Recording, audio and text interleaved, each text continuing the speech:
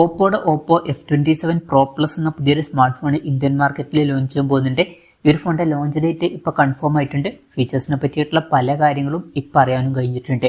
എന്തായാലും ഈ ഒരു വീഡിയോയിൽ നമ്മൾ നോക്കാൻ പോകുന്നത് ഓപ്പോ F27 Pro Plus എന്നുള്ള സ്മാർട്ട് ഫോണിനെ പറ്റിയിട്ടാണ്. ആദ്യം നമ്മൾ ഫീച്ചേഴ്സും കാര്യങ്ങളൊക്കെ നോക്കുകയാണെന്നുണ്ടെങ്കിൽ ഇത് ബിൽഡ് ക്വാളിറ്റിക്ക് അത്യാവശ്യം ഇമ്പോർട്ടൻസ് കൊടുത്തു വരുന്ന ഒരു സ്മാർട്ട് ഫോൺ ആയിരിക്കും.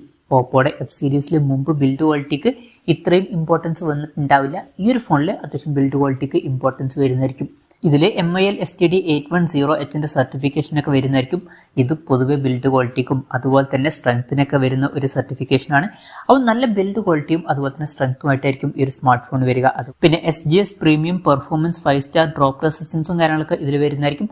ഫോൺ അത്ര പെട്ടെന്ന് വീണാലൊന്നും പൊട്ടാൻ ചാൻസ് ഇല്ല.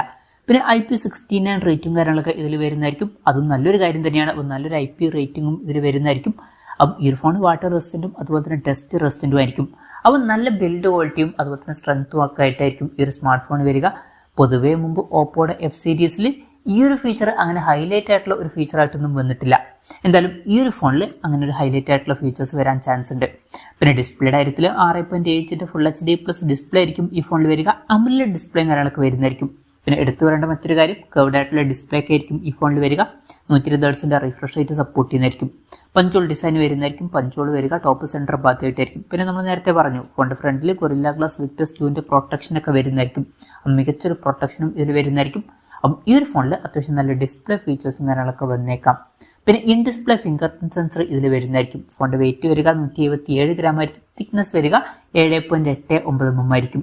പിന്നെ ഈ ഫോണിൽ വീഗൻ ലെതർ ബാക്ക് ബോഡിയും കാര്യങ്ങളൊക്കെ വന്നേക്കാം. ഇന്ത്യൻ മാർക്കറ്റിൽ ഈ ഒരു ഫോണിന്റെ മിഡ് നൈറ്റ് നേവി അതുപോലെ തന്നെ ഡസ്കി പിങ്ക് എന്നീ കളർ വേരിയൻസ് ലോഞ്ച് ചെയ്തേക്കാം. പ്രോസസ്സറിന്റെ കാര്യത്തിലോട്ട് വരികയാണെന്നുണ്ടെങ്കിൽ MediaTek Dimensity 7050 എന്ന പ്രോസസ്സറുമായിട്ടായിരിക്കും ഈ ഒരു സ്മാർട്ട് ഫോൺ വരിക. ഇതൊരു ഓഫ്ലൈൻ ഫോണായിട്ടായിരിക്കും മിക്കവാറും ലോഞ്ച് ചെയ്യുക.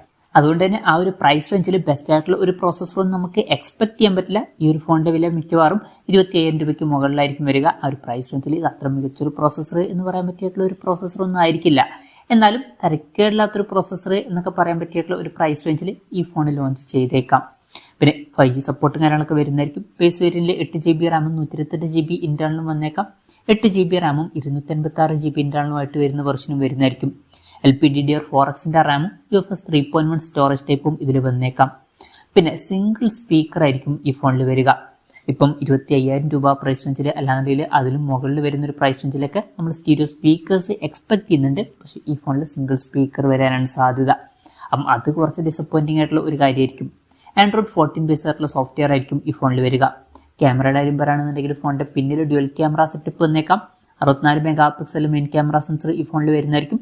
പിന്നെ 2 MP ഒരു സെൻസറും ഇതിൽ വന്നേക്കാം. അപ്പം അൾട്രാ വൈഡ് ആംഗിൾ ലെൻസ് ഒന്നും ഇതിൽ വരാൻ ചാൻസ് ഇല്ല. പിന്നെ ഫ്രണ്ടിൽ 8 MP സെൽഫി ക്യാമറ വരാനാണ് സാധ്യത. ഫ്രണ്ടിൽ കുറച്ചും കൂടി ബെറ്റർ ആയിട്ടുള്ള ഒരു റെസൊല്യൂഷൻ ഉണ്ടായിരുന്നെങ്കിൽ കുറച്ചും കൂടി നന്നായേനെ. ബാറ്ററിയുടെ കാര്യത്തിൽ 5000 mAh ബാറ്ററി ആയിരിക്കും ഈ ഫോണിൽ വരിക. 67 വാട്ടിന്റെ ഫാസ്റ്റ് ചാർജ് സപ്പോർട്ട് ചെയ്യുന്നതായിരിക്കും. അപ്പോൾ അത്യാവശ്യം തിരക്കില്ലാത്തൊരു ചാർജിങ് സ്പീഡ് ഇതിൽ വരുന്നതായിരിക്കും. പിന്നെ Type-C ചാർജിങ് പോർട്ടും ഇതിൽ വന്നേക്കാം. അപ്പോൾ തിരക്കില്ലാത്തൊരു ബാറ്ററി സെറ്റപ്പ് ഒക്കെ ഈ ഫോണിൽ വരുന്നതായിരിക്കും. അപ്പം ഇതൊക്കെയാണ് ഫീച്ചേഴ്സിനെ പറ്റി പറയാനുള്ള കാര്യങ്ങൾ.